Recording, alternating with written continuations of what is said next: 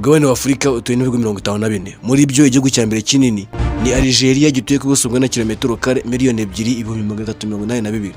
Kigakurikirwa kandi na Repubulika Iharanira Demokarasi ya Kongo mu buso. Hanyuma igihugu cya mbere gituye n'abaturage benshi ni Nigeria yari ituye n'abasaga miliyoni 423 mu mwaka wa 2023. U Rwanda rutuye ku buso bwa kilometero kare 23,798 rugaturwa n'abasaga miliyoni 14 n'ibice 9.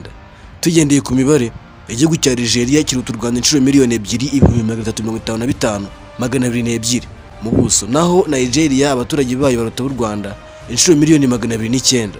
Gusa byose iyo bigeze mu gucunga imitekano y'ibihugu, ingufu za gisirikare ndetse no kwitanga mu miryango mpuzamahanga ishinzwe gutanga ubufasha mu bya gisirikare, imibare yose iburizwamo ubundi hakumva ijambo rimwe gusa: RDF Rwanda. Ese bigenda gute kugira ngo umutwe wa M23 ushushubikanye ingabo za Kongo ndetse tutirengagije n'abacanshuro bazo yewe n'abafasha biyemeje guhangana n'uyu mutwe? Nibamara kubona ubuhanga bw'izi ngabo ziyemeje kurwanira umutekano n'abaturage, M23 zibarenze babitira ingabo z'u Rwanda. Ibi byose birashimangira ubuhanga ndetse n'ubuhanganye bwa RDF. Tera agatebe gusobanura byinshi byerekeye ku gisirikare cy'u Rwanda kivuguruye tekinoloji nshyashya idasanzwe, ibice bigize ingabo z'u Rwanda ndetse n'ibihugu bikomeye cyane byemeje kujya amasezerano n'igisirikare cy'u Rwanda. Njye kugeza iki kiganiro, it is your boy Don. Iyi ni Don 250. Guhaye ikaze.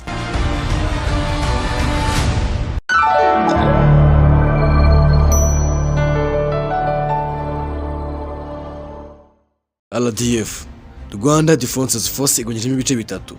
Hari igisirikare kirwanira ku butaka cyo gishinzwe umutekano w'igihagaze cyose ku butaka bw'u Rwanda, umutekano w'abaturarwanda, ndetse ibyo byose kandi babivana mu mwitozo bahagaho igihe kimwe n'umwaka, amezi 12. Umwitozo bagira abadasanzwe, umwitozo ukomeye cyane bahabwa bagamije kurinda umuturarwanda ndetse n'ubusugire bw'igihugu. Ibi byose kandi bacamo ububurige banyuramo nk'abanyarwanda, nibyo bagiye abasirikare badasanzwe ndetse batandukanye cyane kure n'ubundi basirikare bo muri Afurika. RDF Air Force yo ni igisirikare gishinzwe umutekano mu kirere, aho barwanisha ibisiga bigurikira cyane kure biza ku rugamba bimisha amasasu ubundi bikabira mu myotsi. Ni unit ihambaye cyane irimo abasirikare basaga 1000 batujwe mu Burusiya mu kinyina n'umwaka. Ndetse kandi hari na RDF Marine ishinzwe umutekano mu mazi, iyo ikoresha amafi manini cyane azwi nka baleine bogera hasi mu mazi bacunga umutekano w'igihugu. Hari ikindi gihande cy'igisirikare kizwi nka Reserve Force, iyo abenshi bayizi nk'abavetera baba bari aho ngaho bashinzwe gutanga umusada mu gihe bikenewe biri ngombwa. Dufatiye ku byiciro byose bigize RDF, dusanga byibura imibare ivuga ko abasirikare ba RDF bose hamwe n'abavetera tubashyizemo cyangwa se Reserve Force dusanga ari abasirikare 35. Buri mwaka ingingo y'imari ishorwa mu bikorwa bya gisirikare ingana na miliyari 154 z'amadolari, ni ukuvuga akaba miliyari 140 mu Manyarwanda. Dusanga ibikoresho byinshi RDF ikoresha ahanini biba byarakoreye mu Burusiya, gusa hari n'ibindi bihugu bikomeye cyane bizwiho gufasha u Rwanda mu bikorwa bya gisirikare, aho twavugamo nka Brazil, Ubushinwa, Israel, Vietnam ndetse na South Africa. Tuvuze ku mibanire ya South Africa ndetse n'u Rwanda ubu bitagicana uwaka, ahanini bitewe n'amakimbirane yavutse ashingiye kuri M23 ndetse na Kongo, aho abasirikare ba South Africa bishwe na M23 bivuga ko ifashwa na leta y'u Rwanda. Mu ntwaro z'akataraboneka usanga igisirikare cy'u Rwanda dusangamo modern assault rifles, urugero n'imbunda irasa amasasu aremereye cyane ikoreshwa mu gisirikare cy'u Rwanda izwi nka AK-47. Machine guns izo zirasa amasasu menshi cyane mu gihe cy'umunota umwe, zirasa zimisha amasasu ku mwanzi akajya ngo imvura imuguyeho, ndetse na sniper rifles zirashikana ba mudahushwa kandi barasiye kure cyane.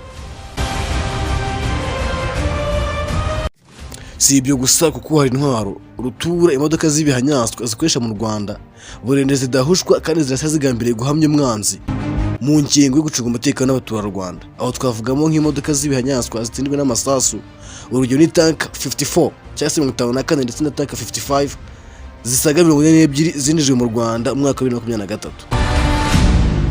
zakozwe n'Abarusiya ndetse n'Abashinwa, n'ibindi binyabiziga bizwi nka VBL M11 ndetse na ML60-90 neza zikoze nk'izikoreshwa n'igisirikare cya South Africa. Hakazamo kandi ibisigaye nini by'ubwoga ikirere, izo ni kajugujugu karundura zifite ikoranabuhanga ridasanzwe zikorwa n'Abarusiya zizwi nka M17. Ntuzumva ziza kuko ziraza zikasa umwanzi zikawurira mu myotsi. Izo nazo zageze mu Rwagasabo itariki 24 z'ukwa 8 2024.